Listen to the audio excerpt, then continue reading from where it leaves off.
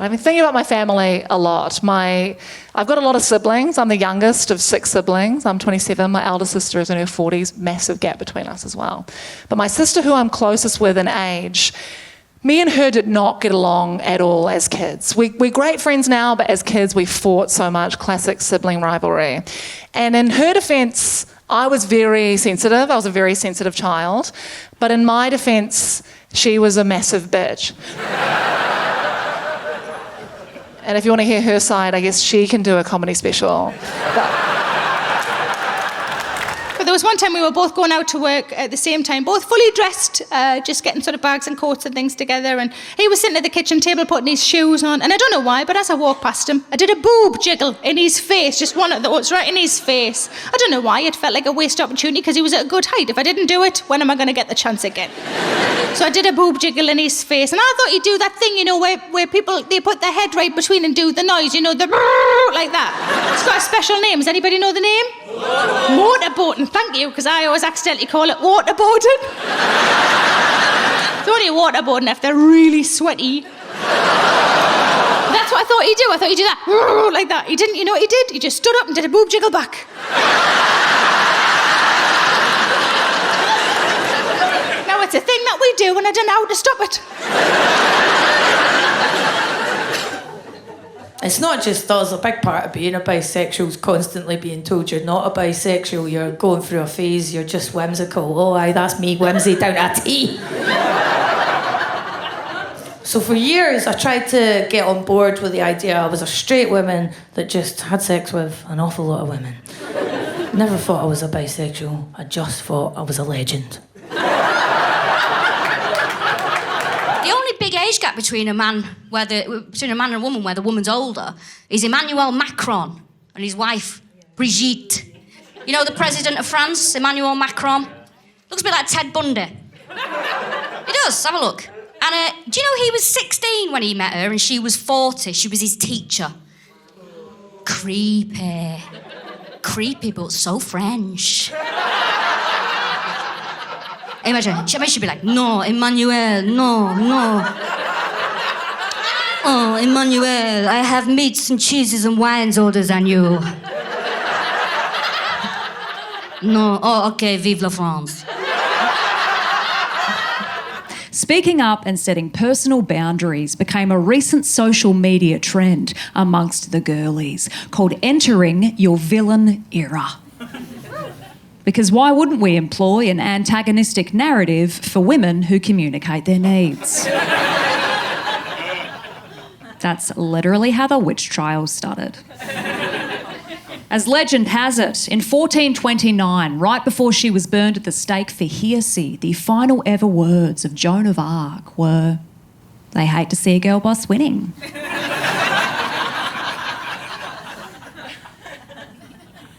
Thanks for laughing at that. That's really fucking stupid. I think all the celebs make it so difficult because they're like, I had to work so hard to get my pre-pregnancy body back. I had to work so hard. I didn't even recognise myself after I had a baby. But what I realised, right, is that my body didn't really change. The key is to have a bit of a garbage body beforehand. I've had a double chin and a wobbly tummy since I was 13. I'm back, baby. yeah. It's the same old me. Okay. My approach to any problem in my life, if I have a problem in my life, I will do one of two things. Either I will do nothing, completely ignore it, or I will do magic. By which I mean a ridiculous immediate solution, okay? For example, I was living in a flat share and 10 months before I moved out, the light bulb in the toilet blew, okay? So I weed in the dark for 10 months. Yeah. I love that it didn't even cross my mind to go, oh, maybe I should fix that. I just went, well, this is my life now. Part of my life involves weeing in the dark. Solutions are for people too dumb to realise you can ignore problems. One day after a particularly vigorous workout, he said to me, you know, just to try and get me up off the ground, he goes, Ursh, I want you to remember that the dopamine hit that you get after a workout is bigger and higher than the dopamine hit you get after sex. And in that moment, I knew this kid doesn't know how to fuck.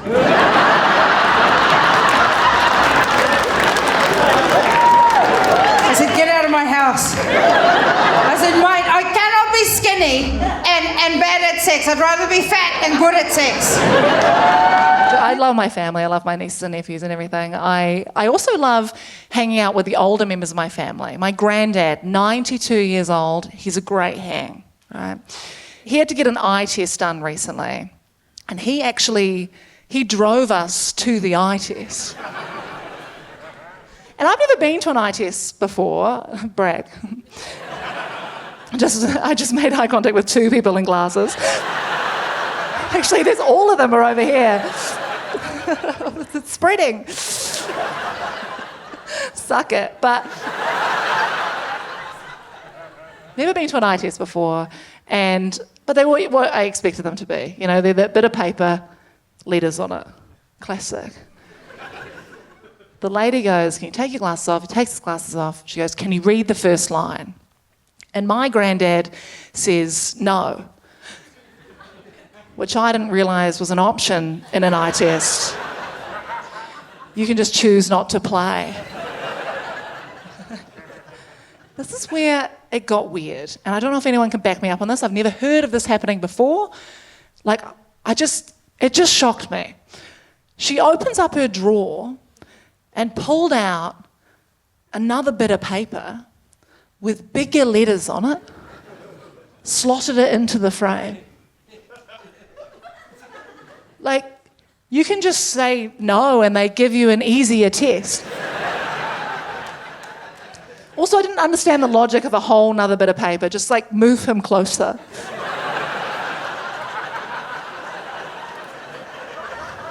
Surely. So she goes, "Okay, have a go now." My granddad looks at it for a while. He's done many eye tests in his life, by the way. He's lived a long life. He's done many eye tests. He knows what an eye test is. He knows that they're supposed to be letters. Which is why his answer blew me away. He looks at it for a while and he just goes, "I see leaves."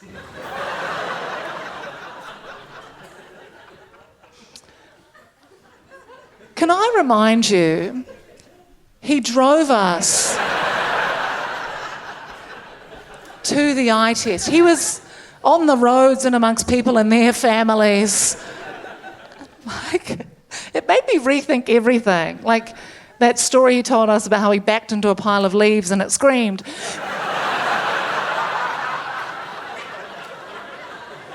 So come to think of it, it wasn't even autumn. You guys won't believe what happened next.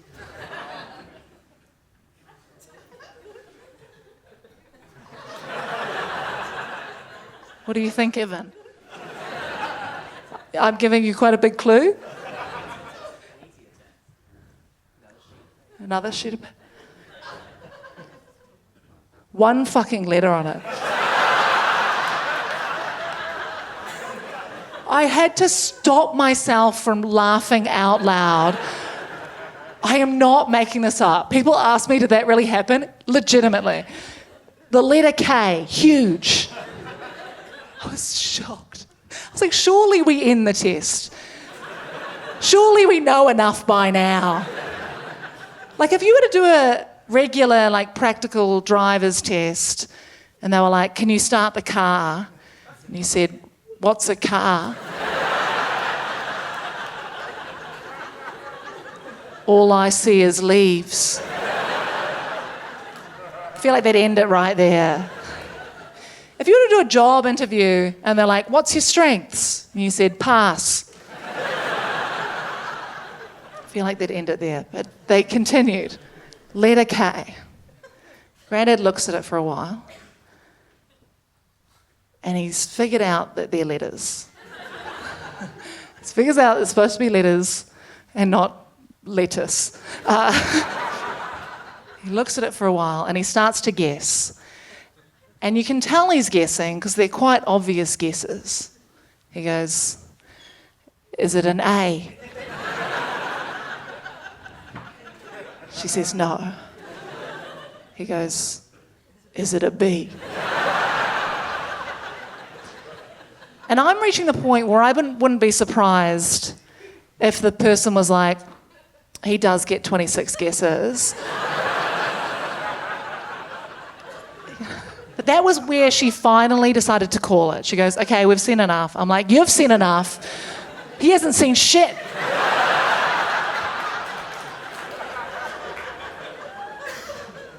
She goes, we've seen enough, you can put your glasses back on. He puts his glasses back on, starts trying to rejoin the test.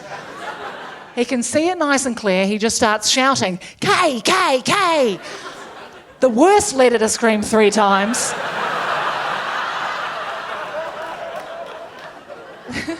There's people in the waiting room being like, what is this test? I do need to let you know now, though, he no longer has a license. He's also not a white supremacist. He doesn't see colour.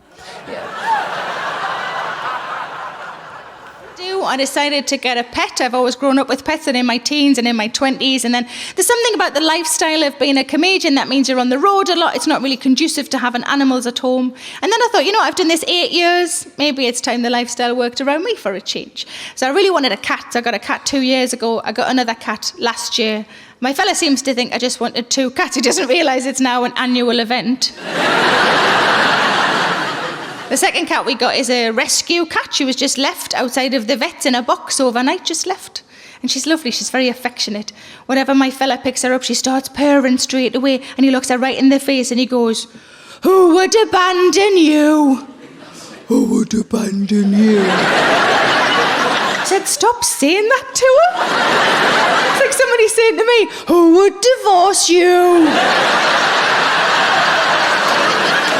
Someone fucking did.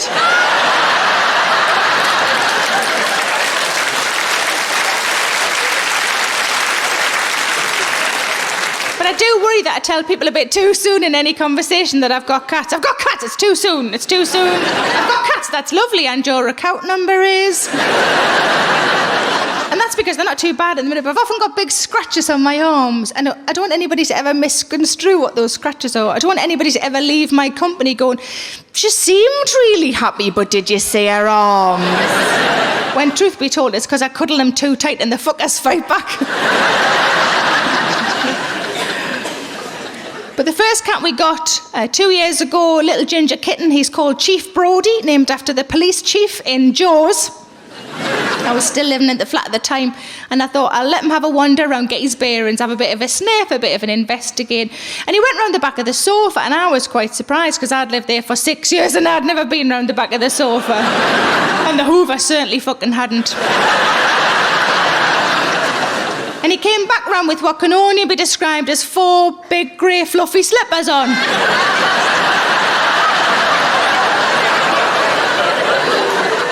So I sent him back round to finish the job.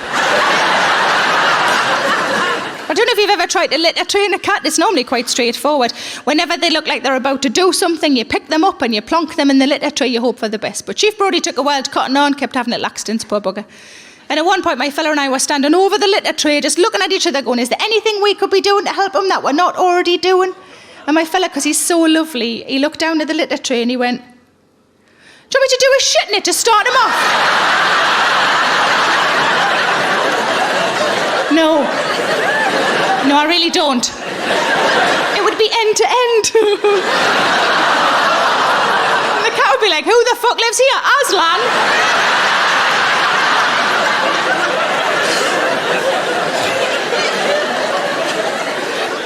But I have 2 friends who look after my cats when I'm away from home. One of them is an animal lover, one not so much. Give us a cheer if you consider yourself an animal lover. Give us a cheer if you're not really bothered. It's totally fine, isn't it? It's totally fine. My friend who is the animal lover, she looks after them because she loves them. My friend who isn't the animal lover, she looks after them because she loves me. It's very sweet. So the friend who is the animal lover, when she looks after them, she'll take a photograph of them to send to me, and underneath the photograph, it'll say, hiya, ma'am. Because they call me ma'am. It's not weird. Fuck off. And I know that we're close because whenever I see them, they always need a shit. I say, hiya, ma'am, we miss you, we'll see you soon. And it settles me. Wherever I am in the country or the world, it settles me because I know that they're safe and that they're happy. My friend who isn't the animal lover takes a picture just the same, but underneath her picture it'll say, "Here is the photograph you requested." They are still alive. I will check again tomorrow. But they are house cats. They don't go outside. They will go outside at some point, but I'm sort of nervous. I'm nervous for their safety, but also I'm a little bit worried about what they might bring back in with them. I know this is a thing that cats do. Have we got cat owners in tonight? Yeah. Quite a few of you. Now, I know that whatever they bring in, be it a mouse or a bird, if it's still alive, I'm to try and catch it and put it back in the garden. And if it's dead, I'm to put it in the outside bin. That's fine. But what I don't know is what I'm supposed to do if whatever they bring in is still a little bit twitchy. Has this happened to any of you? Yeah. Oh, nearly all of you. This is horrible. Let's get some suggestions what you think I should do. Let's start at the top. So anybody in the top section got a suggestion what I should do with a half-dead animal? Shout out. Put a bucket over it. Put a bucket over it. Have you done that, love? Yes. Yes. What animal was it? A bird and a mouse and a rat. A bird and a mouse and a rat at the same time? Like a tiny little rubbish zoo. So are these all separate occasions? Separate. Yes, and so you put the bucket over it until... The husband came home. Oh. Until your husband came home. We've got a feminist in, girls. And then what did he do? Luckily they'd all died. Luckily they'd all died. That is the best sentence I've heard in ages. We should all start adding that on to the end of all of our stories. Luckily, they all died. Good answer, lady upstairs. Anybody in the next section down got a suggestion what I should do with a half-dead animal? Hit it with a spade. Hit it with a spade. He didn't even have to think of that, did he? Just hit it with a spade. Hit it with... have you done that, love? Yes. Yes. Was it definitely an animal? Haven't got a couple of ex-wives in your garden or anything? Anybody else in that section? CPR. Oh, you, the rest of you feel like such shits now. CPR. Have you done that? Yes. Yes. What animal was it, love? Cat. It was a cat. Either option one, she has not understood the question. Option two, her cat brought in another cat. I'm going to go with option two because that feels awesome to me. Anybody in the next section down got a suggestion what I should do with a half-dead animal? Give it back to it so we can finish it off. Give it back to the cat. So we can finish it off. And when you say finish it off, all right, sorry, you mean eat it. Okay, sorry, I wasn't.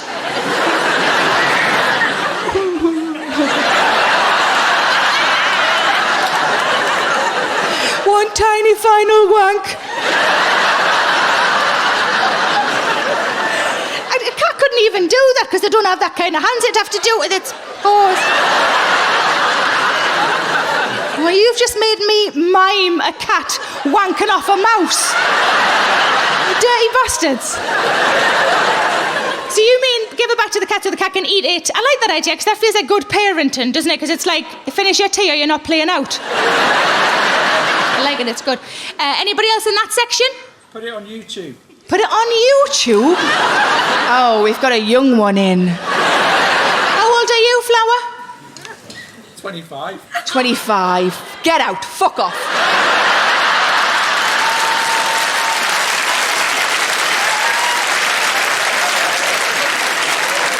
Look around you, love. You don't belong.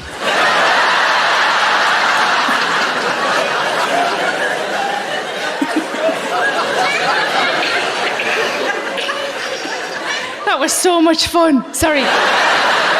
Being rude to young people, you should try it. It's awesome. Next level down. So are you the grand circle? Is that what you the grand circle? It's the lady there like, yes, we're grand. Okay. So the grand circle, anybody got a suggestion what to do with a half-dead animal? Bash it with a hammer. Bash it with a hammer. Fuck, where are you from? The Felon?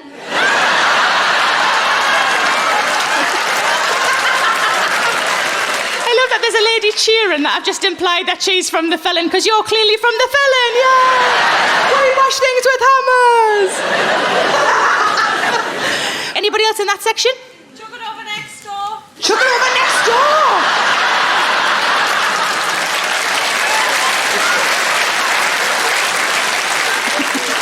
Anything that stops you having to talk to your neighbours. Good answer, thank you very much. Anybody in the boxes or downstairs got a suggestion? Why a cage, you keep it as a pet. Hold on. We're coming back to you. Say that again, love. Pie, because you know it's still fresh. Put it in a pie because you know it's still fresh. That's clearly all he's bothered about. Is it fresh? Yeah, well, I'll eat it. Doesn't matter what the fuck it is. Have you done that? So you've had chips with it as well? And what kind of animals have you put in pies? Nothing exciting, just a pigeon. Nothing exciting, just a pigeon. Pussy pie's nice.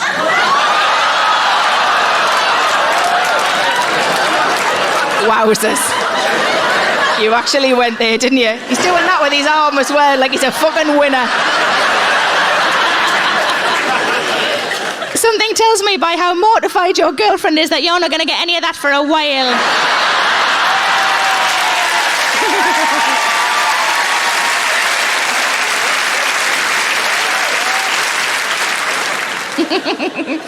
So pie, and there was another one at the back. Shout again.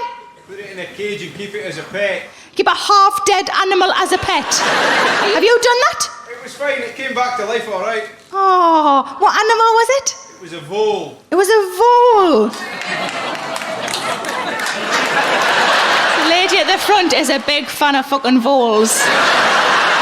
Finally, somebody mentions voles. How long have I fucking been here? Nearly half an hour. Nobody's done any vole jokes yet. And how long did it live? It lived for about a month and then it escaped. You know why it escaped? Because it's a fucking wild animal. It didn't escape, it went home. Anybody else downstairs? Give it to the dog to chew on. Give it to the dog to chew on. So I've got to get a dog now. What do I do with the stuff the dog brings in? Give it to your horse. Fucking hell. This is going to get out of hand. See, I asked this question when I was working in Australia last year, and I would occasionally shit myself. I'd slightly forget I was in Australia. And when people would say things like lizards, I would think, fucking lizards? I didn't know this might happen. Tiny dinosaurs, because that's what they are. One lady said, my cat brings in half-dead lizards. And I said, what do you do? She said, I take them to the vet, and then after a week, I go back and check up on them. I said, well, what happens when you go back and check up on them? She said, well, the vet always says, I managed to revive them, and I've released them back into the wild. And I thought, oh, bless your cotton socks for fucking believing that, love. They must see her coming, mustn't they? Oh, fuck, it's lizard woman again. With a bag of half lizards. Expecting us to match them all up. Brenda, look, that doesn't go. The pattern's different. Can you see? Try that one. No, but I've seen that one somewhere before.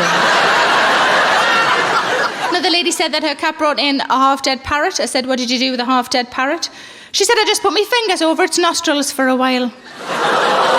Which is all very well until the parrot realises it has a mouth. Fuck, that was close, that was close.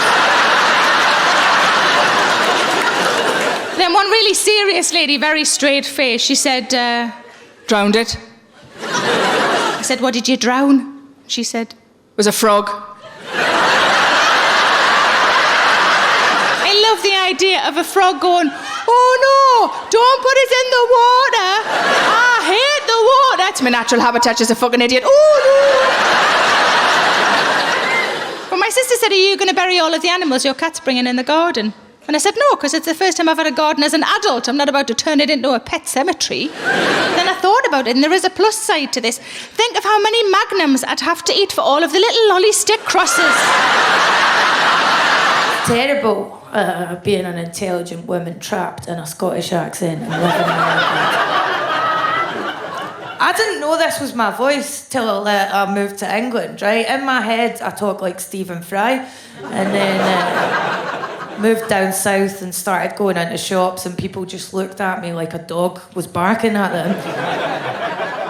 So I've lived there for 10 years, and it's largely great. The shops are open for ages, but one of the hardest things is every day for the last decade, what my English friends love to do to me is repeat what I'm saying back at me in a bad Scottish accent. And they always have a look in their eyes like, she is gonna love when I do this. Every day. I've got one friend that does it all the time. Her name's Hayley. She's always like, Fern, this is my impression of you. Hello, I'm Fern Brady! Thanks, Hayley. I feel so comfortable. This is my impression of you. Please don't tell everybody about the time I gave everyone at uni chlamydia. Sorry, still not getting that Cockney accent, you okay. I never really thought much about being Scottish. Then I moved to England and I became Scottish Fern, and then you realise that you're meant to live up to this cartoon version of Scottishness where you're aggressive, drunk, allergic to salad, right? Yous all know the drill. It's hard for me to live up to this, right? Because I'm quite quiet off stage. Salad, can't get enough of it. I was considered almost quite middle class growing up here. Scottish middle class, not English middle class, right? Scottish middle class is where you've been on a plane once and mum makes you eat fruit regularly. Don't like drinking either. This is quite a weird thing to say as a Scottish person and a professional comedian. I don't like alcohol. And not because I'm a recovering alkie or anything. I just don't need drink to make me blunt and offensive in social situations. Guys, that is a gift I have naturally. Here's another thing. Be jealous immediately. Never needed alcohol to make me a slut. I seem to accept early on in life I enjoy pumping sea monsters. Why bother with the health risks of alcohol? Big time stoner. Who needs memories? Turns out me for this job.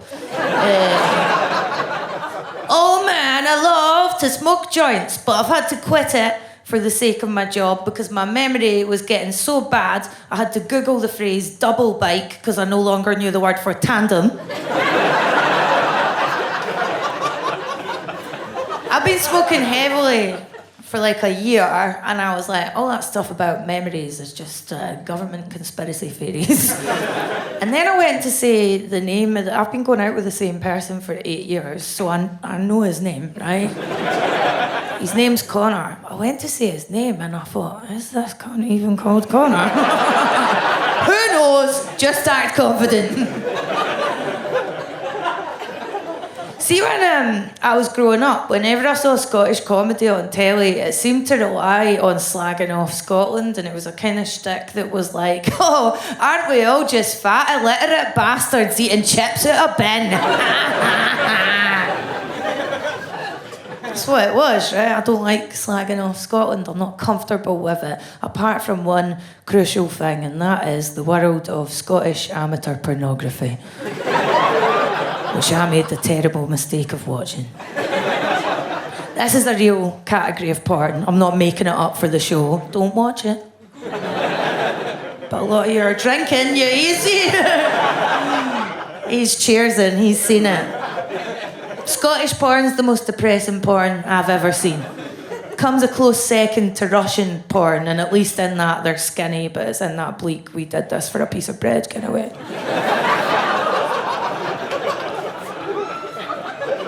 I've watched literally every Scottish porn on the internet for the purposes of this show. Some of the clips, you're like, how can I even tell these people are Scottish? There's not much dialogue. Let me tell you, I knew. With a depressing inevitability, I knew my own people. Because it was just pale, hairy white bellies smashing against each other in close up like water balloons filled with yoghurt. Every few seconds, a wee voice off camera would go, oh, aye. Or memorably, tug on my pubes, Rona!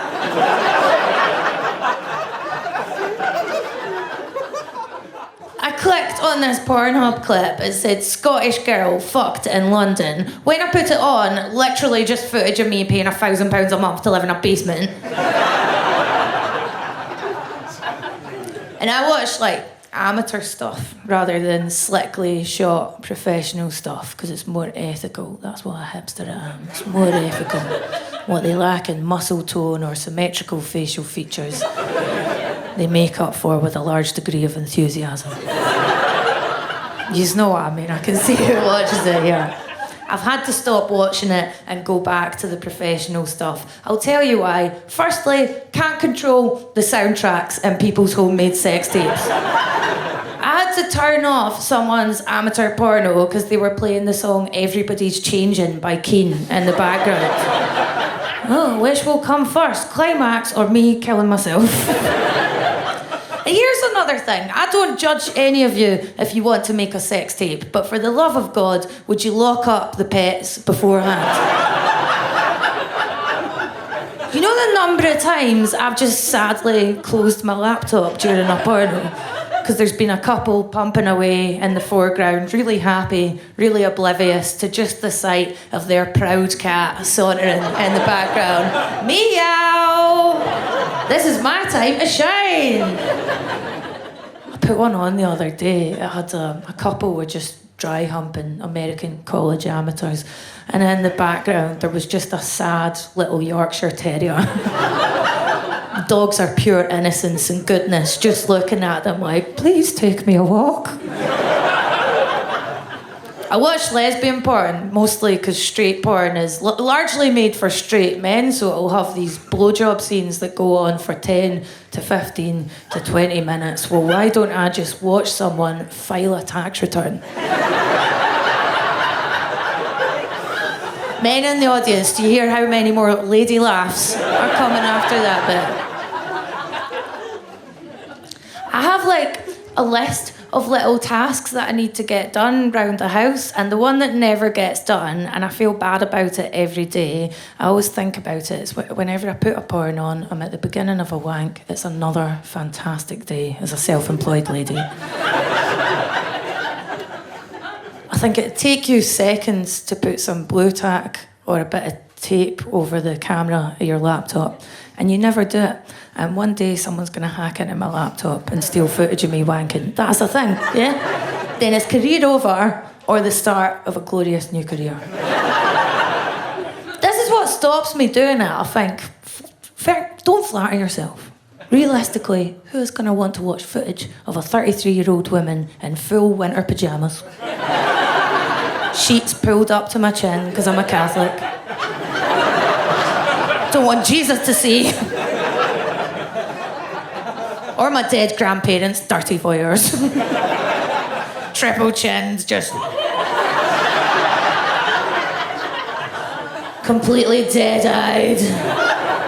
Who needs facial expressions, man? Facial expressions are for when you're with other people. There's a market for that, though. There's a market for dead-eyed Scottish women in porn. I know it. Whenever I get asked to describe my comedy, I always say it's accessible, observational stuff, suitable for the whole family, right? Then you start reading descriptions of yourself over the years. Mine are always consistent. They're always blunt, brutal, forthright. I don't read reviews, but I saw one by accident recently. It opened with, Fern Brady scares me. That was a nice review. Who's this scary woman they're talking about? I'm a lovable, nice girl. And I'd always wondered why people thought I was aloof. And then I was doing a show in Berlin, and a woman came up to me at the end, and she said, just so you know, your entire set is a description of a woman with Asperger's. You should look into it. One guy just laughed there like, oh, thank God she realises. It was the 10th person that had said it to me, right? One of them was me into the mirror every day. Looked into it, started getting diagnosed. I'll be honest, guys, it's not a huge surprise. I've always felt like an alien trapped in a beautiful woman's body. The rest of the show isn't a poignant unpacking of the diagnosis and how I came to terms with it, and then we all have a little cry. No. I'll just tell you where it affects me, right? I thought it would be cracking to get to a point in comedy where people recognise you for your comedy and say they like your stuff. Then it started happening, and I was like, oh, I forgot I don't have any social skills off stage. A guy came up to me in the airport. He was like, hey, I've seen you on YouTube. I really like your stuff. In my head, when this happens, I'm always like, thank you so much. The way I responded to this guy, however, was by silently holding out both my hands and holding both his hands and just smiling in his face dementedly, like Kate Middleton when she meets a heroin addict at the opening of a community centre. Don't let that put you off chatting to me after. Just know I've been coached in how to talk to you by my autism therapist, Jemima. My favourite things growing up and throughout life have been horror and comedy. Horror and comedy, it's the same feeling. It's tension and release. Horror, oh God, we're going to get away from the monster. Oh, thank God. You know, comedy, oh, I'm so nervous. Oh, thank God I'm not gigging with Russell Brand. You know?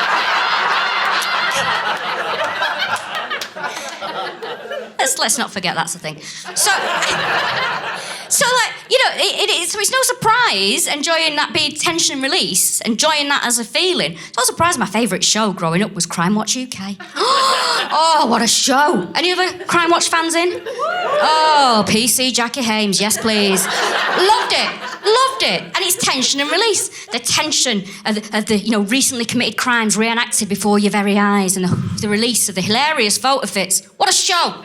What a show. It's all on YouTube. Why are you here? Now, I think that was my gateway into true crime, right? It's the truest crime you can get, Crime Watch UK. The crimes happened last week. They're being reenacted. Any true crime fans in? Woo! Mainly the women. The men are out keeping it going. And look, I'm not getting at blokes. I'm not. But come on. Most true crime documentaries should just be called He Seemed Fine at First. Why does registered sex offender sound more trustworthy? Do you know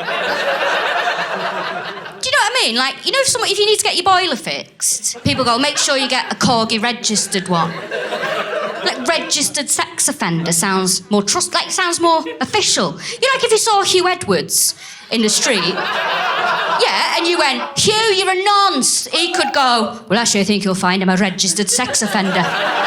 Sorry.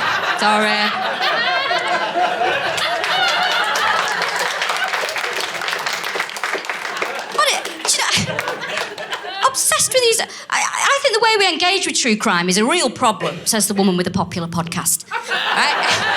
I think there is, because this is from my point of view. The other day, I made a sandwich, cheese and pickle, thanks for asking. And I thought to myself, in the time it takes me to eat this sandwich, I must be entertained. You know, like I'm some Roman emperor or something. I must be entertained. So I thought, what I'll do, I'll watch something. So I didn't even get my iPad, you know, didn't put the TV on, and I do have a TV, I'm not one of those arseholes, you know, I hate, do you know what, if you've not got a TV, I hate you. You think you're so much better than everyone. Oh, we don't have a TV, we have a space where the TV used to be, and we sit there and we think about our privilege. It's only yourself you're harming, right? So, I don't have a TV, but I didn't even give this thing the sort of dignity of the iPad, the respect of the iPad. I got my phone, my mobile phone. Think about how horrible your phone is, all the horrible things you've said down it.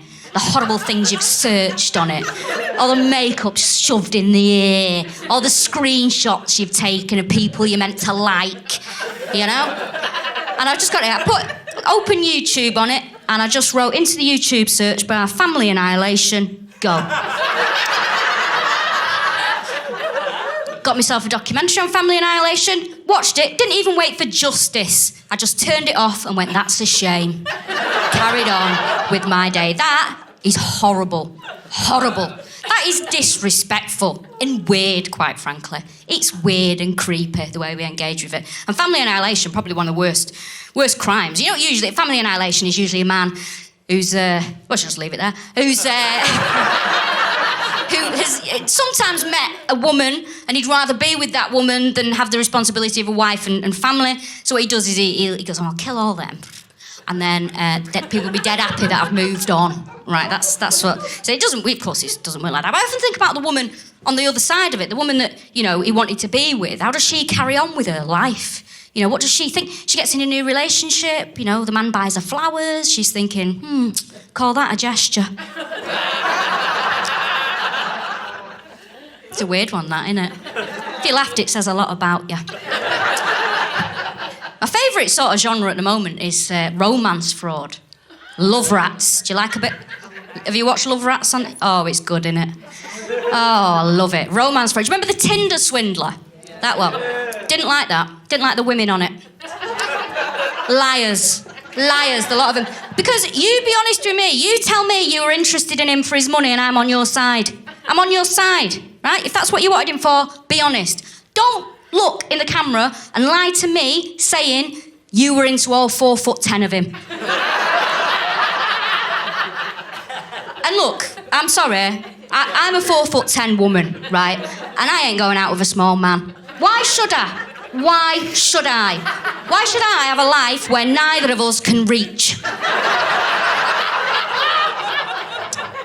Do you know, it really upsets little men, that joke. All right, keep your Cuban heels on. Now, there is, like, you watch these documentaries, and of course romance fraud's horrible, and usually it's a woman that's met somebody and they con them out of all of her money. It's really sad and it's really awful. You know, of course I feel sorry for the people involved. But then I watch the documentaries, you know, and a woman will say, oh, when I met him, he told me he was a pilot. And he was in the FBI. And he was heir to a multi-million-pound fortune. And where did you meet him? In a pub in Barnsley. And then he kept asking for money. £5 here, £10 there, 10 grand there, you know. And I'm salt of the earth, me, so I just gave him, you know. And it turns out he wasn't a pilot, he wasn't in the FBI. I don't even think he was from Barnsley. If it could happen to me,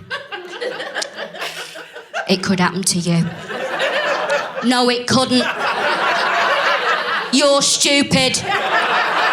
You're thick.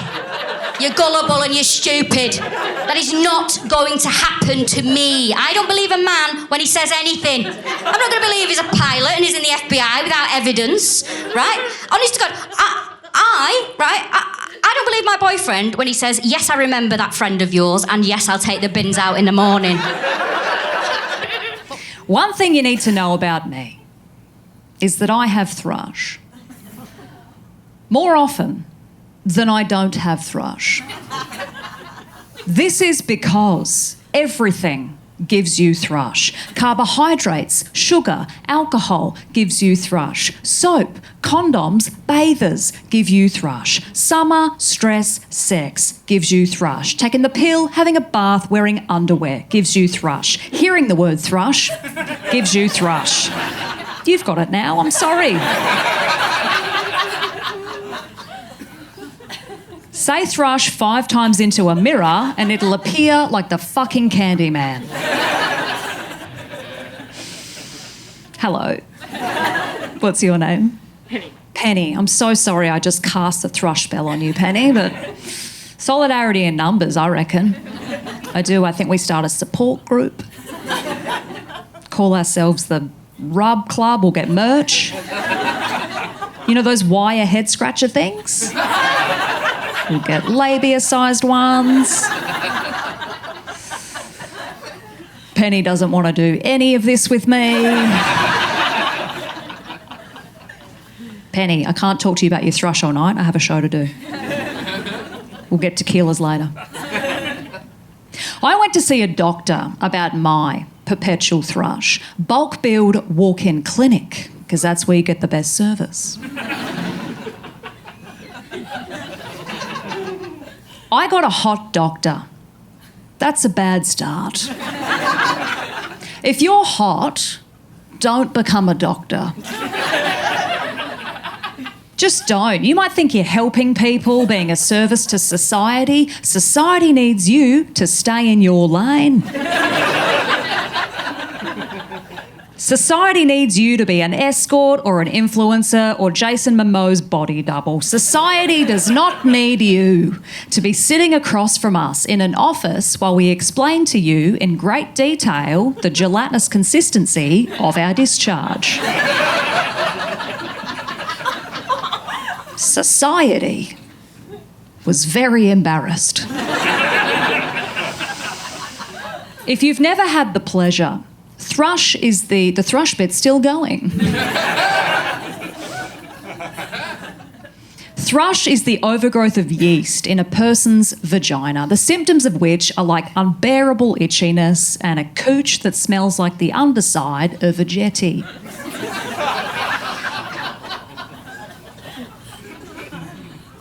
I couldn't make eye contact with the hot doctor. I was looking at the ground, mainly because I wanted to drag myself across it, puss first.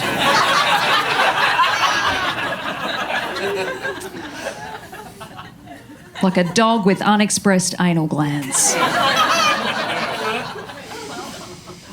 The doctor, whose face better belonged on a Versace billboard, was a first-year resident, which made him 24, which made me Leonardo DiCaprio. Fortunately for me, my hot child doctor suffered from a common affliction that plagues many attractive people. He was so stupid. Of course he was. The human brain doesn't even fully develop until after the age of 25, which is coincidentally when Leonardo gets the ick.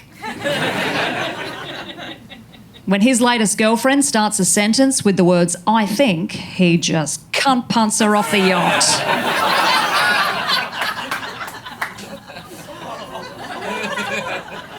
There'll be no maturation of the prefrontal cortex around here.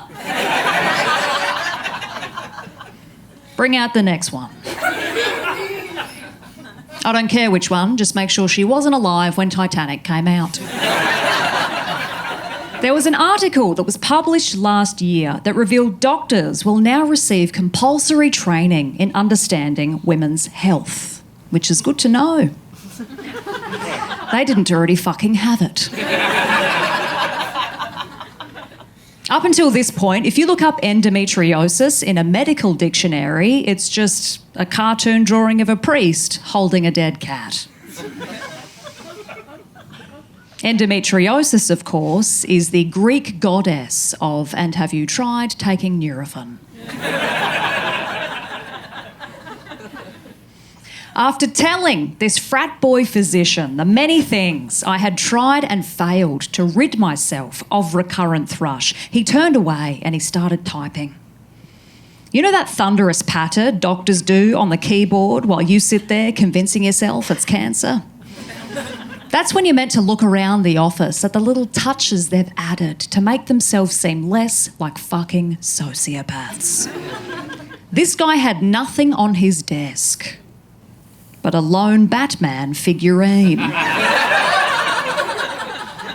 which should have made me want to root him less. He spun back to me with all the zest of someone who is still delighted by spinny chairs.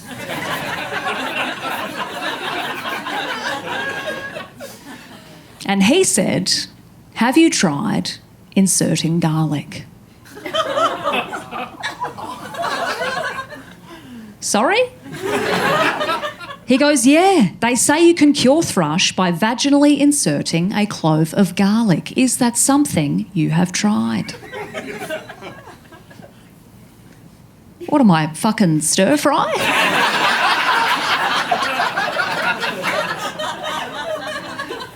I thought to myself quietly, of course, Penny. I searched his expression for any indication he was not as earnest as his tone suggested, finding nothing. But the chiselled features of a face I still wanted to ride like a mechanical bull. So as a woman on a journey to assertiveness, fed up after a lifetime of being dismissed, shamed and gaslit, I had no choice but to finally summon my voice and say, "Okay, great, I'll try that." One of my favourite things in the whole world is at the end of some films when the screen goes black, right? And then words come up to tell you what happens to the characters for the rest of their lives. How good is it? Oh my God, it's so satisfying. The best example I can give you of this is Cool Runnings. Cool Runnings, the film, has a great one. The Jamaican bobsled team. At the end of Cool Runnings, the screen goes to black and then words come up that go, 4 years later, they return to the Olympics as equals. Yum. That is delicious. That is 4 years in one sentence. Bang, I love it. Do you know how many boring days happen in 4 years? How many trips to the shop? How many loads of washing? It's fantastic. I love it. So being that is who I am, it shouldn't be particularly surprising to you that I have been to see a psychic. Yes, Saturday night. That is where we are headed thematically. So, psychics, fortune tellers, reverse historians, whatever you want to call them.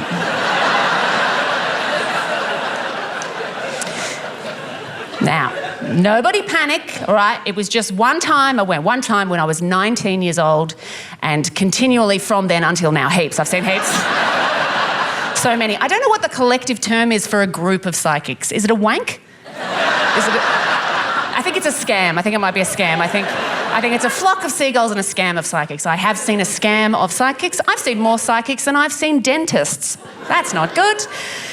Now, I will give you all a moment to judge me. Hope you enjoyed it. Because I'm aware you can't not. I know it's impossible to not have a reaction when someone tells you they see psychics. It's like if someone said to you, oh, I don't like cheese. You can't not go, get out. Like, I get it, but I don't know why, in particular, psychics has so much judgment on it. Like, I'm not religious, but if you are, I don't judge you. Like, you might like to listen to a man talk about a man in the sky. I would rather listen to a woman in a purple dress talk about me for half an hour. Right?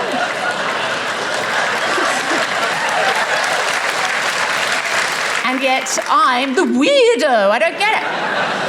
And I know you're going, Celia, you seem like a rational, intelligent human being. Why would you ever do this? How have you ended up in this place? Here is why, okay? My approach to any problem in my life, if I have a problem in my life, I will do one of two things. Either I will do nothing, completely ignore it, or I will do magic. By which I mean a ridiculous immediate solution, okay? For example, I was living in a flat share and 10 months before I moved out, the light bulb in the toilet blew, okay? So I weed in the dark for 10 months. Yeah. I love that it didn't even cross my mind to go, oh, maybe I should fix that. I just went, well, this is my life now. Part of my life involves weeing in the dark. Solutions are for people too dumb to realise you can ignore problems. And magic, I am lazy and impatient and gullible, but I still want to be happier and healthier and more mentally stable. So yeah, I'll try it. It sounds easier. Yeah, I'll read your self-help book. I'll, burn your candle. I'll hold your healing crystals close to my skin. I'll go to your psychic. I'll do all that stuff. It sounds easier. Like, I'm likely to say something like, yeah, I can't commit to a gym membership. Do you have something in the way of an amulet? Or like a 7-minute incantation that I could do in between binge eating sessions. Is that a thing? I mean, I hear what you're saying about exercising and eating spinach, but I would much rather drink tequila and sleep in a pentangle of salt. Is that... Like, wouldn't you do it? If it worked, wouldn't you do it? Of course you would. And here's the thing. As much as I want it to work, because otherwise why am I doing? I do think most of it is bullshit. And how's this? I look down on anyone else who does it. I'm a horrible person. It's terrible. Once someone said to me, they go, Celia, you've got to stop being so negative, because what you're doing when you're being negative is you are projecting hate into the universe, and the universe is just going to send that negativity straight back to you. And in my head, I thought, fuck off with your hippie bullshit. And yet, as we were having that conversation, I had healing crystals in my bra.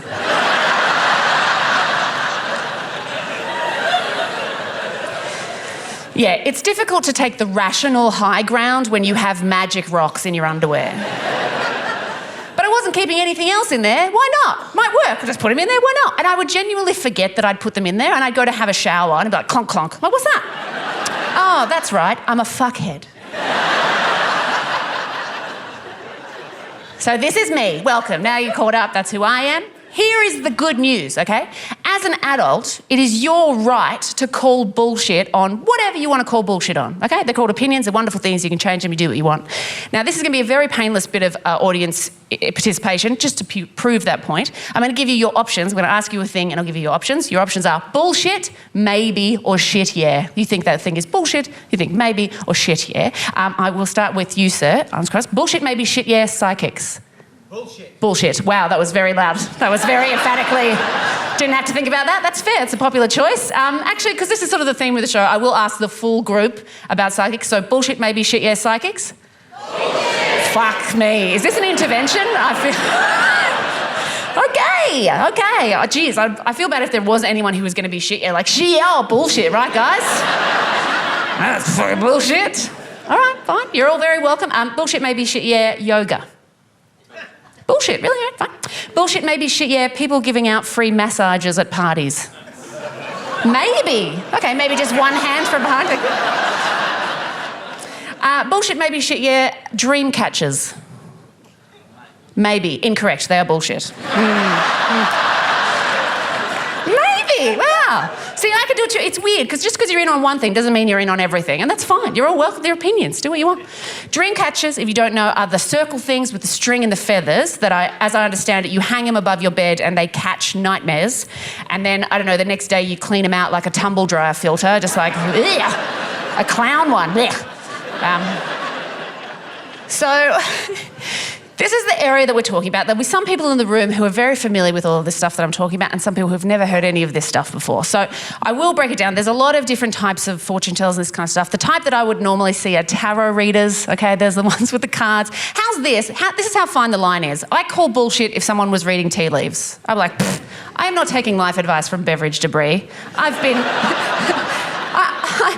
been to university. I'm going to speak to angels, okay? Thank you.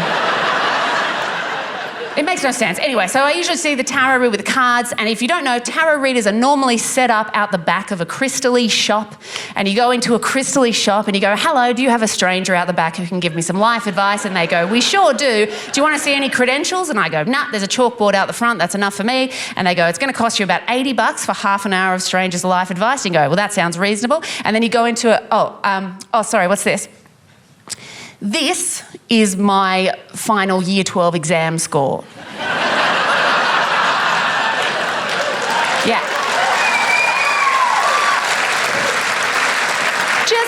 Just in case what I'm saying is too stupid for you to handle during this bit, you can just look at that and just distract yourself and marvel at the fact that both of these things came out of the same brain.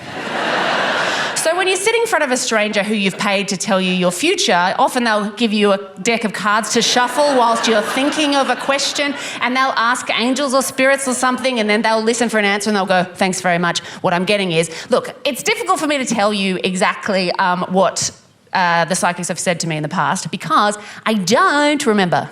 I don't. By the time the thing they've said is supposed to happen, I've forgotten about it, okay? It was always about feeling better the day I'd go to see them. So I'd go to see them on a day when I was feeling a bit down, a bit lost, had a big decision to make, didn't know what was going on. And they generally tell you vague, positive things about the future, okay?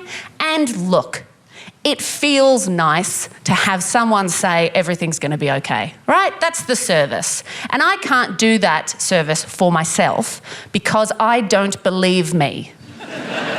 You know, I can't go, Celia, everything's going to be okay, because I know that I don't know. But I don't know that they don't know. They might know. It's actually quite rational. Anyway. And I know there are scammers out there, and some of them were terrible. In fact, this show's called Let Me Know How It All Works Out, because once I saw a woman who was terrible, she just sort of interviewed me, and when I left, she went, good luck with it, let me know how it all works out. And I went, did you just ask me to tell you my future? So I get it. But generally, no matter what they've said, if I've disagreed with it or whatever, I'd always left with a bit of perspective and feeling better. And then, one year, I was in the UK doing gigs at a music and arts festival in this big field somewhere. And while I was there, a palm reader, yeah, sometimes I'll switch it up. If I'm in a pinch, I'll go with who's available, right? A palm reader told me something incredible. You're going to need more information. Coming at you. a palm reader called Tony, wearing a vest with stars and moons on it, in a self-decorated tent next to a poster that said, "As seen on many television and radio."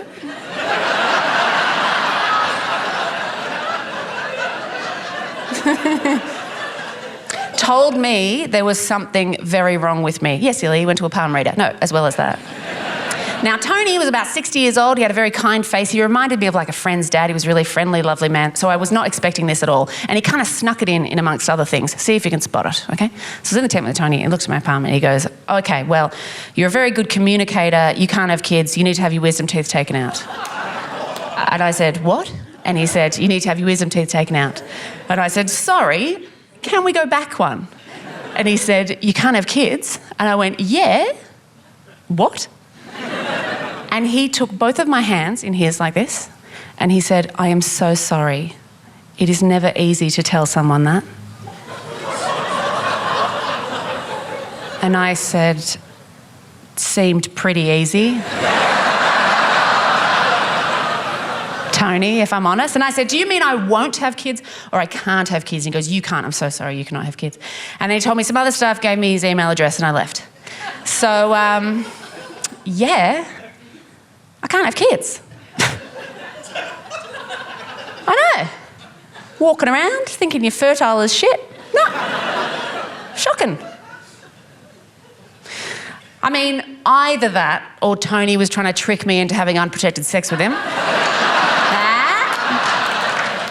That's a new one. I have not heard that one before. "Nah, babe, we don't need to wear a condom. You've got a diagonal line on your index finger. We can totally go bareback. Don't worry about it."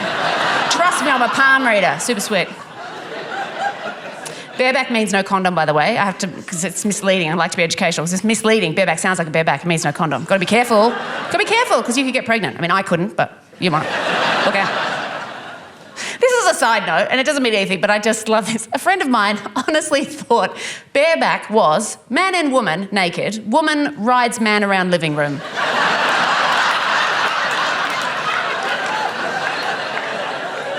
Why a living room? Who knows? But I have to tell you, what Tony said to me was very unusual. They very rarely delve into the area of specific medical advice. It was quite shocking. It was as shocking as if a doctor went, "Oh, I've got your blood test back. Looks like you're going to meet your soulmate in 6 months." You know? Like it going, "Now pee in this cup and we'll see if you're getting that promotion." Like it was a weird thing to say. And all I thought at the time, all I knew for sure is like, right, all I know is that if I do have a child, I will, boy or girl, name them Tony. And that kid will put up with so much sarcasm from me its whole life. Just even when it's an adorable little child coming downstairs in the morning, I'll be like, "Good morning, Tony. No, I haven't made you breakfast. I didn't know you'd be here. Oh, late for kinder, are you? Well, you should have thought about that before you defied fate, you impossible child." I joke about it now, but at the time it was quite upsetting.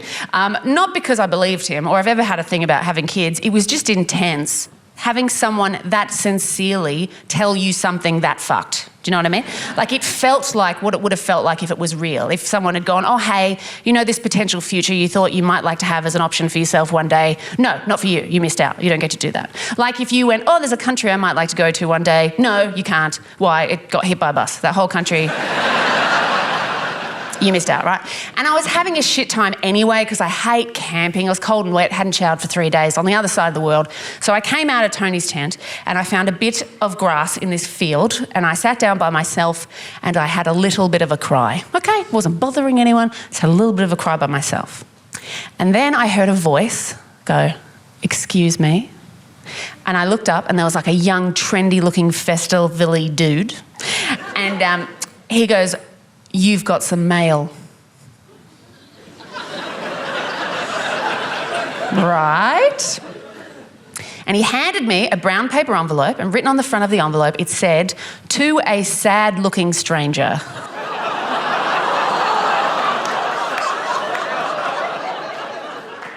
And I opened it, and inside was a handmade postcard with pictures of flowers and birds and animals and stuff stuck on it. And it said, "Remember, you are brilliant." Yeah. And I just thought, you know what? I've never hated a hipster more.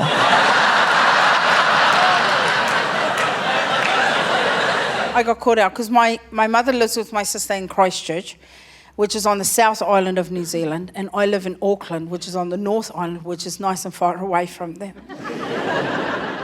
We have to fly to see each other, which is perfect. I love my family a flight away. But then, after that 4 months that we have to stay in lockdown, my sister rang me and she went, "Hey! You know when a call starts like that, it's not positive." She goes, "You're going to have to take Mum for a bit." And I said, "Look, I hear you. I hear what you're saying." I said, "And next time you and I are in the same city, let's sit down and chat about the visit." And she goes, "Chat about the visit? Mum's on a plane. You have to pick her up at 4. I'm like, that bitch reverse carded me so hard. She goes, "She's on a plane. You're picking her and Oscar up at 4. Damn it. Because you can't not pick up your mum. I tried. She's got my number. So I go pick up my mum and Oscar. Now, my mum is my mum, and Oscar is her ginger cat. And he travels everywhere with her like he's a Labrador, but he's not, so he hates it. So they come and visit me. That night that they arrive, Auckland goes into a snap lockdown for 4 months.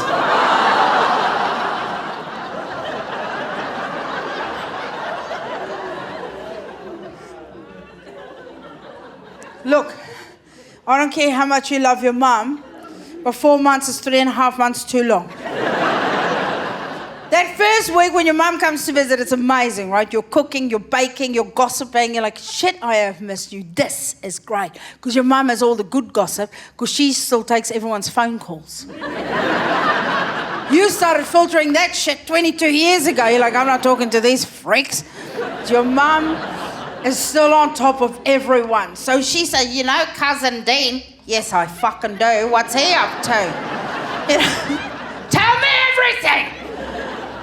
She goes, "You know what's wrong with your sister?" "Tell me what's wrong with that slut." Then the second week, she's with you. You go, "Oh, you're the reason we're all in therapy." Now I know. Then from the third week she was with me, it was just me pacing up and down to the mailbox going, "Just because I can doesn't mean I should. Just because I can doesn't mean I should." I'm like, I'm putting this bitch in a home. And not in a good one, in one of those 1-star homes. You know, where they eat dog food and gravy. Like, my mum's going to be on a 60-minute expose. She's going to be famous on TV. But then my mum says to me at the end of week 3, she goes, "Hey, you have to come with me to the vet." My heart sank because I knew we're going to get this cat euthanized, right? Even if it wasn't time, it was time.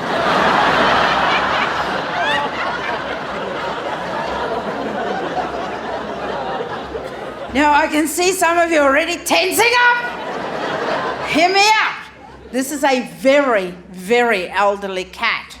Very elderly cat. Like, every childhood memory that I've ever had includes this cat. And I'm nearly 50. There's a photo of my sister's house of me on my very first day of school, just standing there with my little school bag and my hair in pigtails, and that cat is sitting next to me, just looking at me.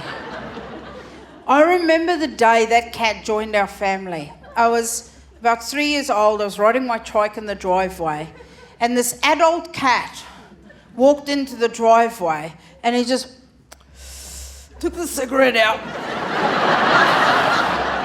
And he said, "Hey, little girls, your mama home?" And then they became soulmates. And okay, that last bit isn't true, but that cat is fucking old, is what I'm saying. And he smoked Gunston Plain, like he's an old cat.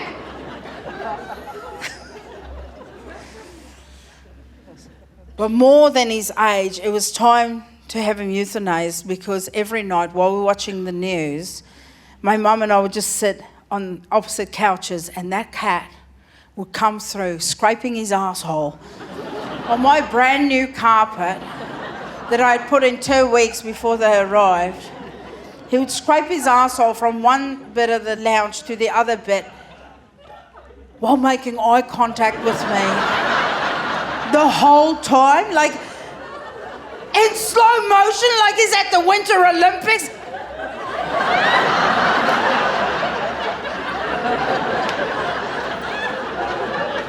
I knew it was personal, because not once did he just look at my mum and go, "What do you reckon?" No. He was only looking at me, and I'll say to my mum, "Do you see the shit? Literally, do you see the shit? He's putting GT stripes all over my fucking lounge." So it's time for him to go. But my bigger concern than the cat having to be euthanized is I'm not the emotional support daughter. That's my sister. Because I'm not a crier. I never developed a taste for it. You know how some people can cry? Like my sister goes dolphin for everything. You know, when there's anything emotional.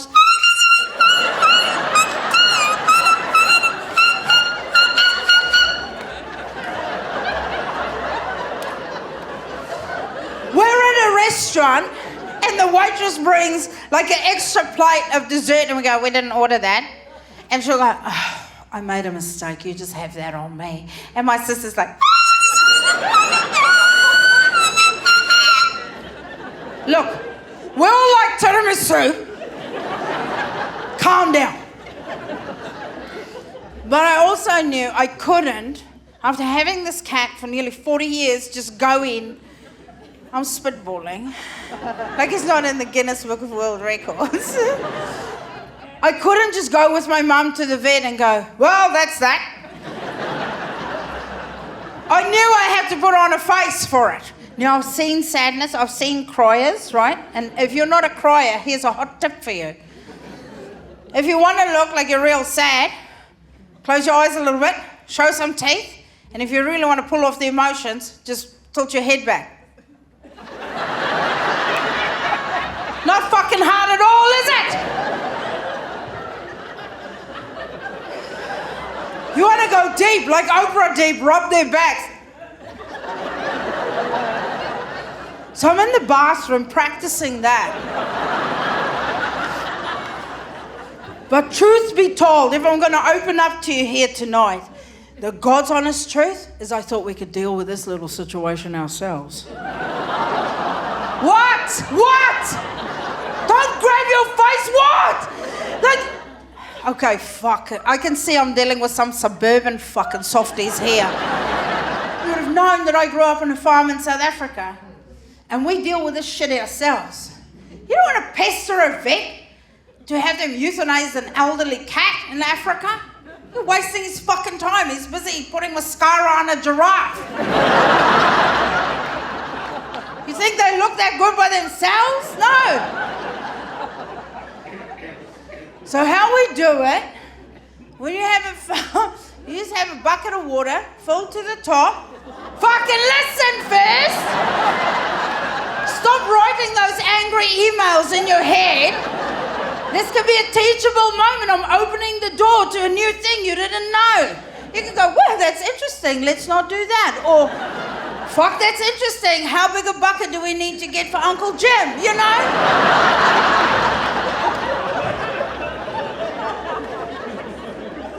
So open your minds, is what I'm saying. You have a bucket of water, you fill it to the top, and you have a lid for said bucket. Whenever there's anything on the farm that's creating a bit of a pest, like rats, mice, poisonous snakes that won't fuck off, pop them in the bucket, put the lid on. At the end of the week, you just drain the water, you biff everything what's inside in the fire pit. You're done for. You have a nice marshmallow barbecue. What's your problem? What? What? Got to roast those marshmallows on something. So I thought we could do it ourselves. Now I can feel in this room you're leaning more towards taking that cat to a vet. Am I reading the situation correctly? Yes. All right, you pack of softies. Make some noise if you would rather take the cat to the vet to be euthanized. Yeah, all right. Fucking softies.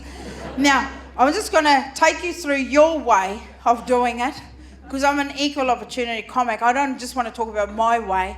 You know, we're in this together, right? So here we go. We're going to take our elderly cat to the vet to be euthanized, as per your request. So what's going to happen? Your vet will say, hey, don't give that cat anything to eat or drink after 10 o'clock at night. Like vomiting the next day is going to be your cat's biggest issue.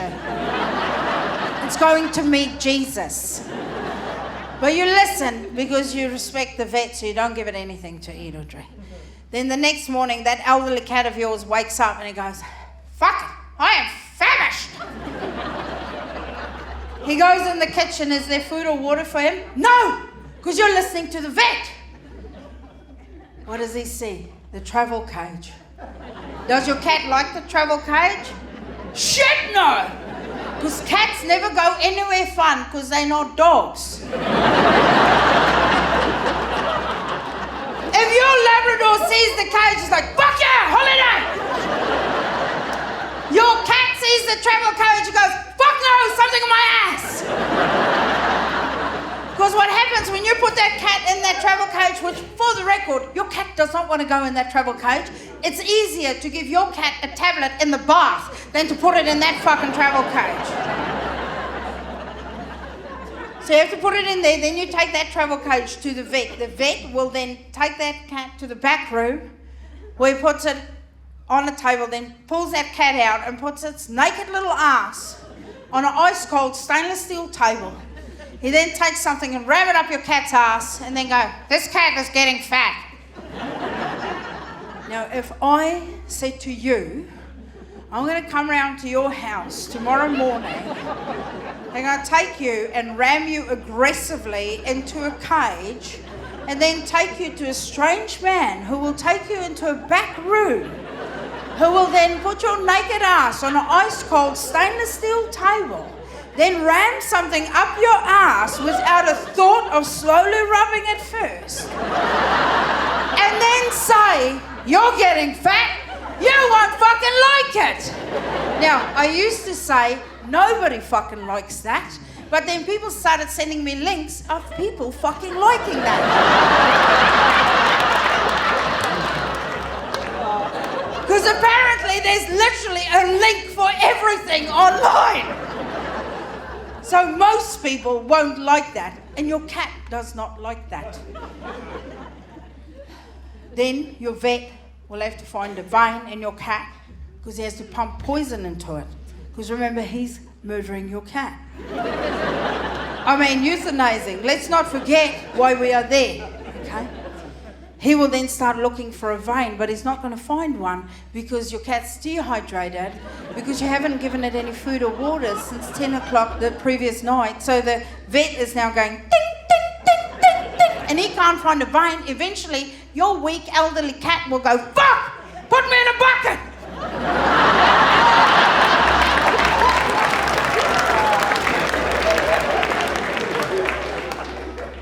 Personally, I think the whole thing is quite inhumane the way you people do it.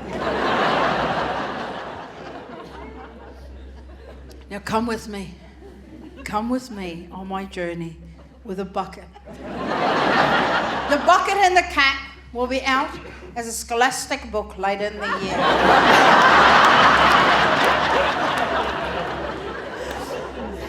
Just waiting to hear back.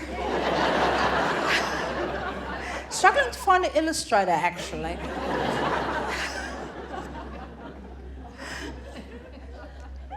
So we're going to euthanize our own cat. So make sure you've got the bucket, you fill it to the top with water, you've got the lid standing right next to it, put it outside on the porch or wherever. Let's not refer to the bucket again. We're focusing on joy now. Your cat will wake up in the morning, it's sleeping on your bed, you wait for it to wake up, and then you go next to the bed and you put your face and that soft little bit on the side of their belly and you go, I love you, Oski, I love you, I love you. And then when that cat twitches, you better move. Because even with the last bit of energy, they can still rip your spleen out.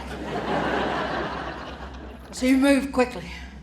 That cat then gets up, follows you to the kitchen, looks, and on the floor you've got all of these high sodium dishes that you're not supposed to give the cat, cheddar, whatever fucking once you've got it there, raw mince, whatever, it's all there. You even get that can of cream out of the fridge that your vet told you 22 years ago not to give to that cat because it's going to shorten his life, but that vet died 9 years ago. So have it, Oski. Even if that cat vomits on the carpet, it doesn't matter. Because if you're smart like me, you're a planner, you've already booked the carpet cleaner to come in the late afternoon. Then you cuddle the cat, you play with it, you get everyone who's ever met that cat to come over to play with it, the kids are playing with it. I even start the fire. It's too hot for the fire, but I do it because the cat likes it. He's just lying in front of the fire going, fuck, this is the best day of my life. This is amazing. And I hold the cat, I'm like, I love you so much, Oski, you're the best. The bucket's ready. You're the best. Your cat's like, this is the best day of my he's in the bucket. Your cat has never been in a bucket. He's like, fuck, am I at a spa? Look, look, look, he's dead. Now, here's a pro tip though. Pro tip, if you've never done it, if your cat is fighting so much that you have to sit on that lid to keep it on, it's not ready to go. It's not ready to go.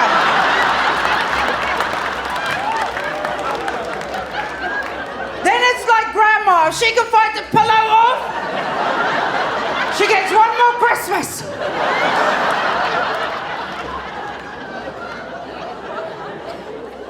Now, don't write me angry emails. None of that happened. I was just thinking that as I was looking at myself in the mirror, being sad. I went with my mum to the vet. I had to put that cat in that travel cage. I had to ram him in so hard it looked like a fucking platypus by the time we got there. We get to the vet takes the cat, walks him into the back. Mum and I follow. I tried looking sad in the car, but she wasn't paying attention. We get in. As we get to the door, my mum leans to me and she goes, pay attention.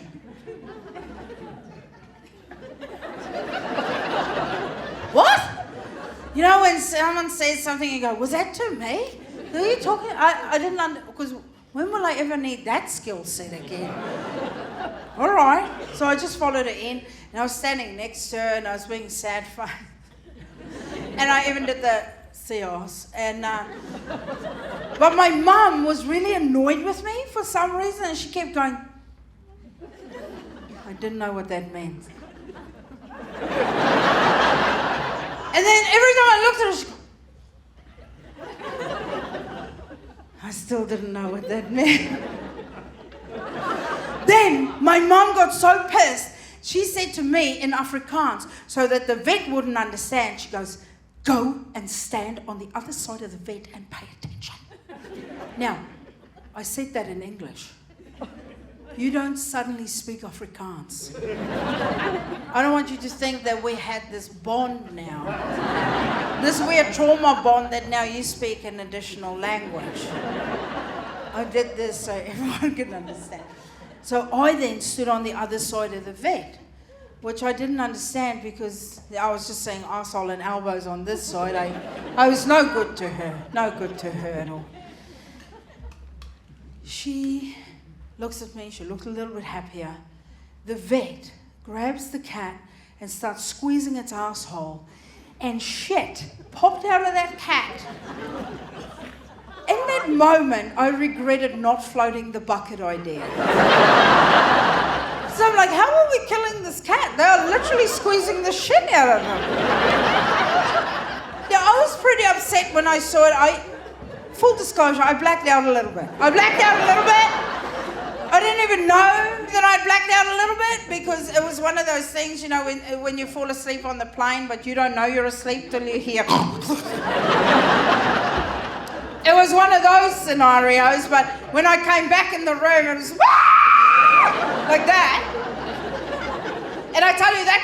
matching my energy. He was not into it either. Like, I'd say even less into it than me. Like, we were not liking what was happening to his butthole. And I don't want to come across as a hero here, but I was about to rip that vet off that cat. Like, I was going to step in. Like, and then he just dabbed his little asshole with a little handkerchief, which I'm pretty sure he put in his pocket after.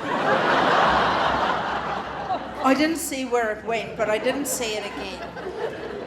Then he put the cat back in the travel cage, and can I just tell you, that cat went willingly. Not a tense muscle left in him. He's like, I'll go. He then got back in the cage, and the vet looks at my mum, he goes, I'll see you in 6 weeks, and walks out.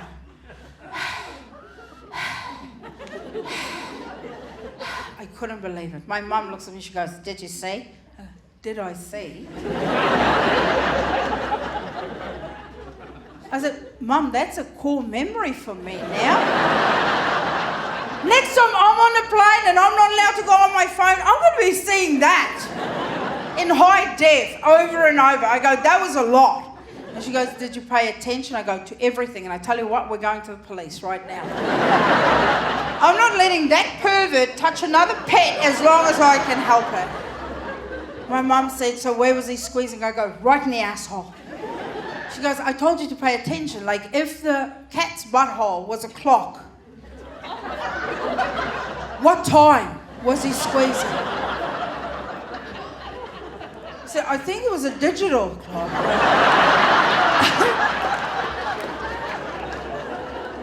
I was shocked. She goes, this is disappointing. I told you to pay attention because I think we can do this at home. No!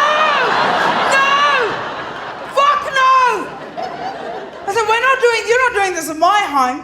I said, let's not penny pinch on this one. I'm happy to pay for a brand new asshole for this cat. We can get an asshole transplant for this cat. You don't hear about it often, but you can get it done. Like, there's a lot of cyclist assholes on the road now.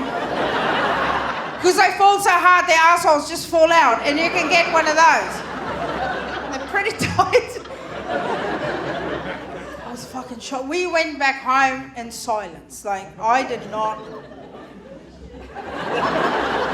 We got home, and the kids were so stoked to see that cat. It was on the down low. I did tell the kids, say goodbye to this cat, you're never seeing it again. And when we're gone, get rid of the bucket and let the carpet guy in. So when we got home, the kids are so happy. My daughter's like, it's a miracle. She says, I want to be a vet one day. I went, no, you don't. No, you don't. I said, you get freaked out when you see the goldfish float around with that bit of poop behind him. And can we just agree? Come on, goldfish, fucking snap it off already. They must have the weakest assholes on the planet. It's like the week after Mardi Gras. Come on, man, snap it.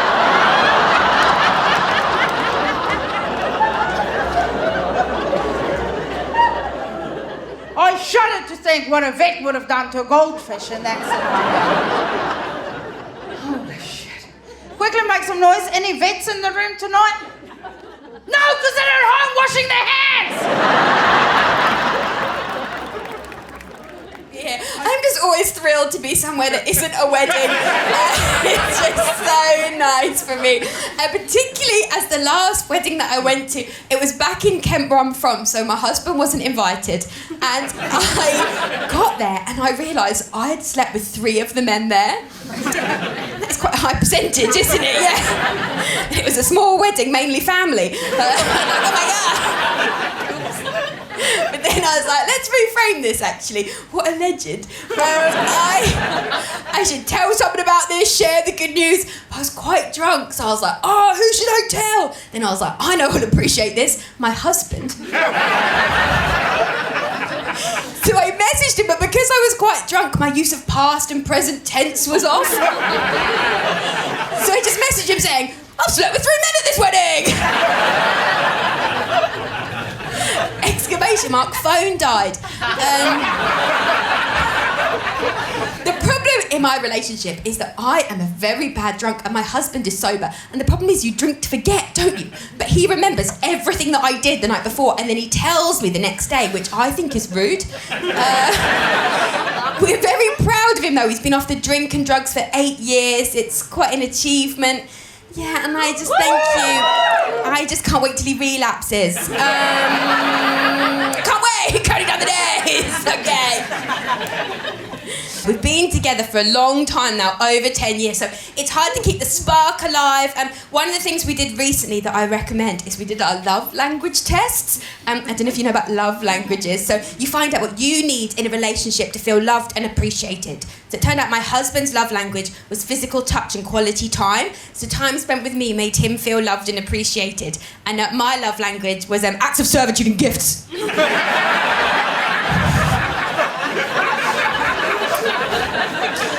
I don't think my husband is my soulmate. I think that my soulmate is Amazon Prime. I'm in love with them. It's a problem. We went away for our anniversary recently to keep the spark alive. We went to this really nice hotel and we were sat outside in the courtyard and the sun was setting. I'd got really dressed up and I saw him looking at me and I was like, oh my God, I think he's about to tell me how beautiful I look. And then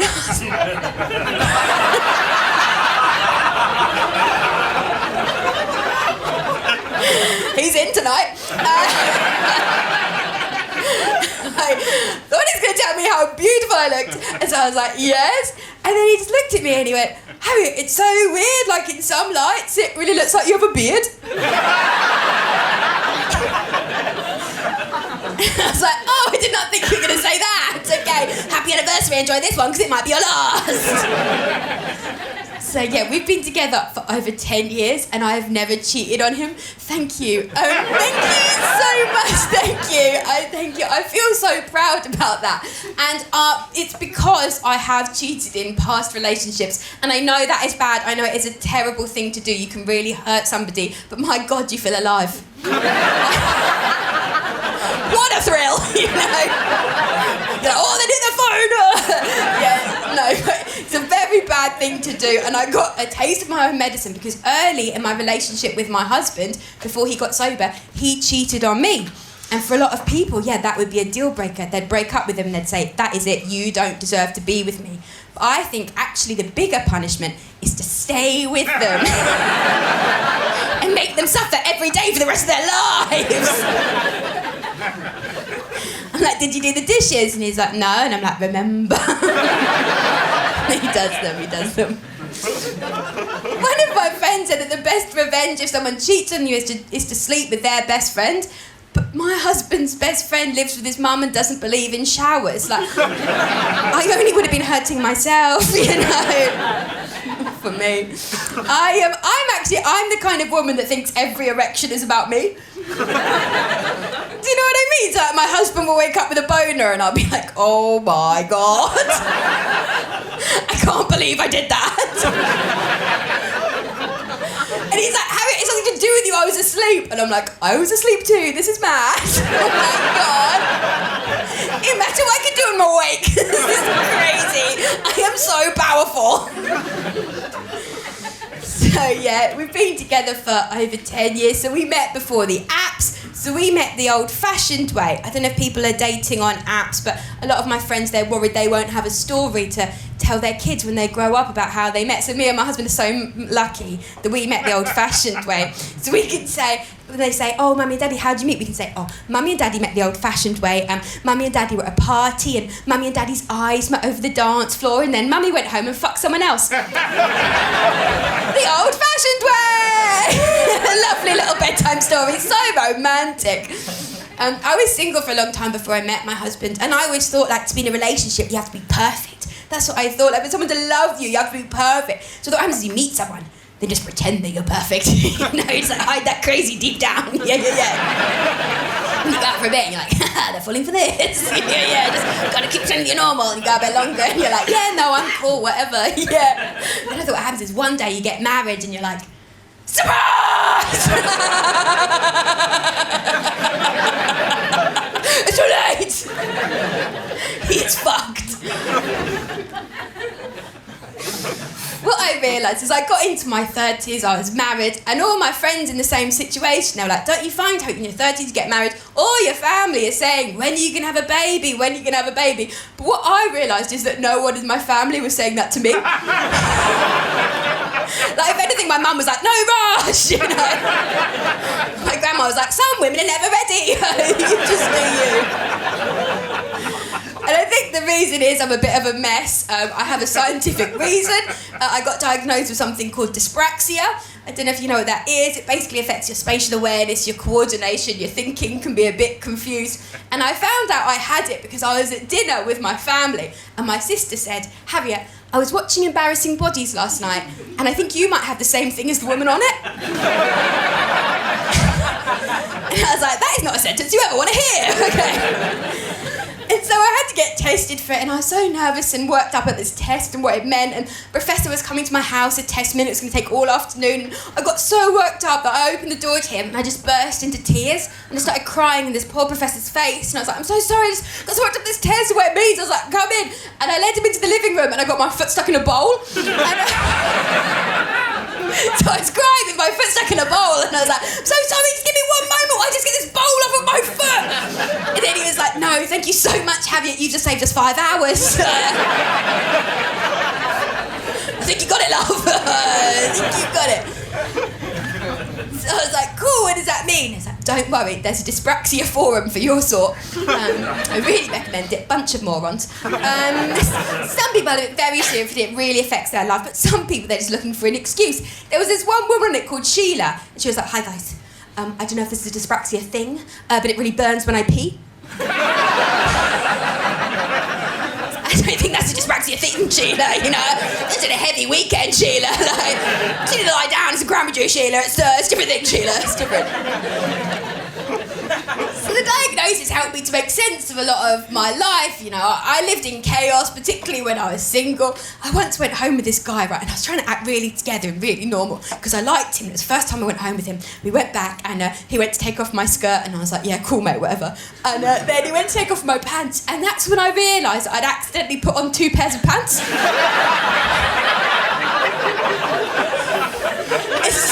So he took off the first pair and then it was just like, my God!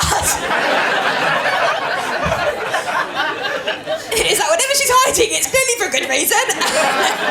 We just went to sleep. This different guy once came back and my room was such a mess that we got into bed and he found in my bed a high visibility jacket.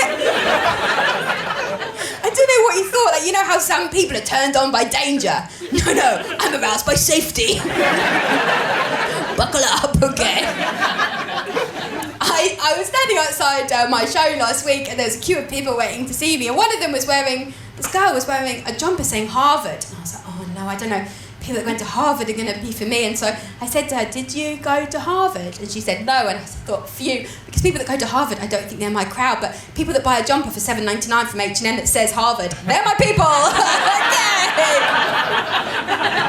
I went to this dinner party recently and it was full of all these really smart people. And everyone was asking the smart people questions. Someone was asking about climate change and dark matter, and I was pretending to listen. And then it got to me, and they were like, Harriet, do you have any questions you've always wanted to know the answer to? And I was like, yeah, this is my moment. And I was like, okay, if sperm can swim, why doesn't cum move? Yeah, gotta use your brains for this one, everybody. Yeah. So you see it on TV, and it's like, woo! And then it comes out, and it's like, splat. What is it doing behind our backs? Right, we've all seen the film Flubber. If you haven't, what are you doing here? It's a classic. 2 years ago, I had to grow up because I found out I was having a baby. And so I was like, right, what do you do when you're growing up? Right, I had to get life insurance. That's a grown-up thing you do, you get life insurance. Think about the future. But I looked into it, right, and you get so much money. It's fucking nuts. You can get literally like £250,000. So I was like, if I was to die, like that would be the worst day of my husband's life. Like undoubtedly, like the love of his life, the mother of his child had just died. Then he wouldn't be able to help it, right? He'd have one moment where he'd just be like, woo! I won the fucking lottery! And so for that reason, I didn't get it. Because I would rather my newborn baby went without than my husband had that joy. That is how I feel about that. Yeah, having a baby was a big decision, right? Very big decision. Not the biggest decision I'll ever make. That's whether I'll get a fringe or not. That's for a long-term kind of thing.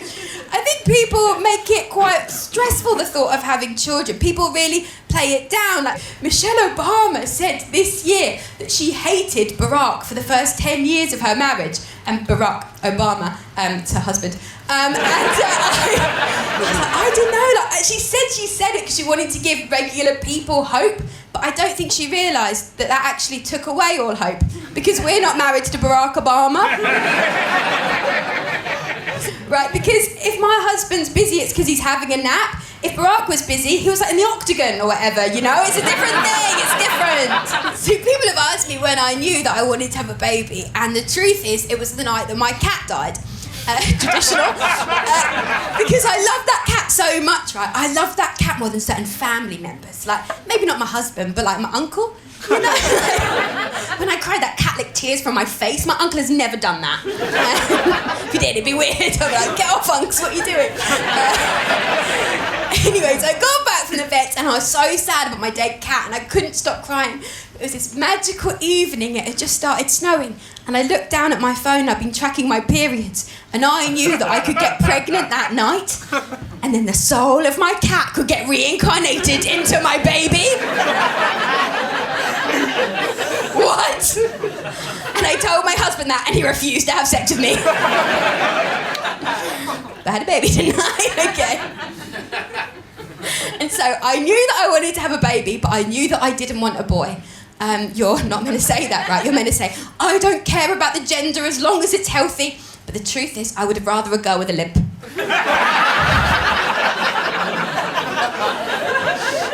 I know that gender is a construct, right? I just didn't want that toxic male energy. I happily would have taken a little femboy with hay fever. And I love that little sneezy boy. Has anyone here been pregnant recently? Give me a cheer. Had a baby recently? Woo. Did you like being pregnant? Yeah. Fuck you. No, good for you. So happy for you. Fucking hell. I don't know. I just found it was a load of things you can't do, right? Like, you can't drink, you can't go on roller coasters, you can't do drugs. In moderation. NHS advice. Trust yourself, you know your body. No, I shouldn't do them anyway. I get a rash. I experimented a little bit in my 20s and I'd always like react really strangely. I once got home from this party and I was like really wired and I couldn't sleep, and I was like, I know, I'd go and chat with the guy at the local shop because I was friends with him. Lucky him.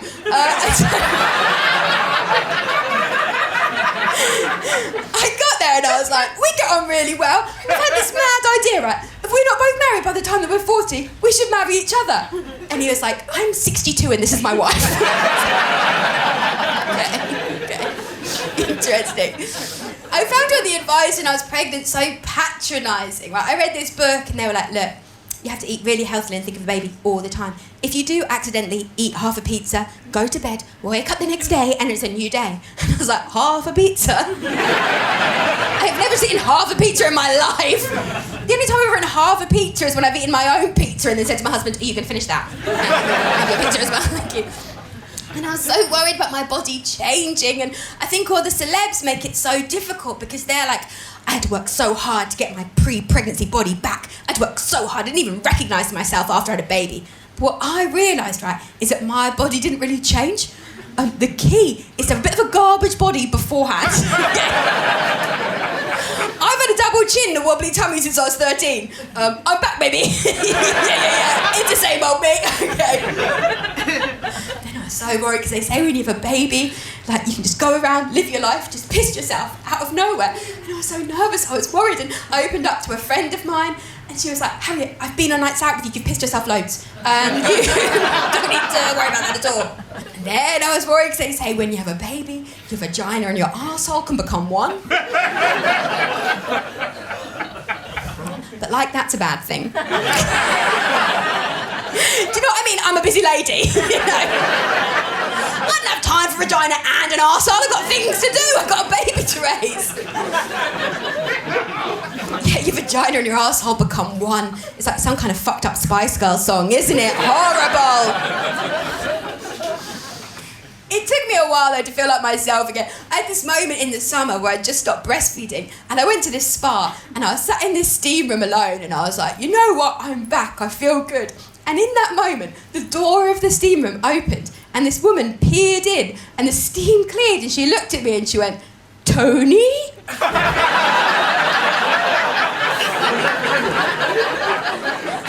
I was like, I'm not Tony. And to be fair, I saw with the guy afterwards who I guess was Tony. Absolute spit. Me and Tony separated at birth. I don't know what happened there. I don't know.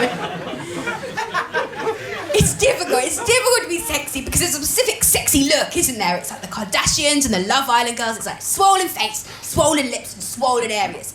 And that's actually quite a good look for me, right? Because I have a very allergic reaction to nuts. And so that look to me is just mid-anaphylactic shock. So I'm like, quick, eat some peanuts, upload me to Instagram. I've never been so beautiful. But it works in good ways though, these allergies, because I didn't have to do those pelvic floor exercises, you know, Kegels. I didn't have to do them because I just put peanut butter on my vagina and it swells up in no time. It's great. It does, so it attracts a lot of dogs. It's been a difficult couple of years. A lot of people got puppies. I have been trailed by many Labradoodles, let me tell you. And I was like, maybe I should get lip fillers, you know? I've got some friends that have it looks great. Then I read this article and they were like, the idea behind lip fillers is you want your lips to be big, but they're not just big, you want them to be tender. And then you put lip gloss on them and then they look like a wet vagina. And then potential mates are like, oh my God, there's a vagina on that woman's face. Let's marry her immediately. But I found a more fun way to do it, right? What I'm gonna do is I'm gonna smoke loads of cigarettes. Yes, my lips look like a really wrinkled arsehole. Yeah, I know what the boys want. Because the look they're trying to achieve, the Kardashians, is this body shape they weren't born with, where they get the fat sucked out of places and added to other places to create this cartoon body shape, like Jessica Rabbit, right? But I don't want to be Jessica Rabbit. I want to be a different cartoon. Yeah, I want to be Minnie Mouse.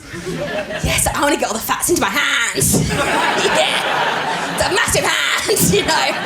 Just make all the dicks are really small. Yeah. Massive hands, tiny dicks. Let's go. Okay. Kim Kardashian said this year that she would eat poop if it made her look younger. And Gwyneth Paltrow was like, ka-ching! Somebody get a bucket, let's do this, okay? And I don't know, like now you can change how you look if you don't like it. If you have enough money or you have a friend with a steady hand. And I don't think my generation knew that was an option, right? I have a friend, she's 10 years younger and she got a nose job. And I said, why did you get a nose job? And she said, oh, I saw a picture of myself and I didn't like how I looked, so I decided to change it. I don't think my generation knew that was an option. Instead, you get ready for a night out, look in the mirror, not like what you saw, do a Jaeger shot, get on with it, you know?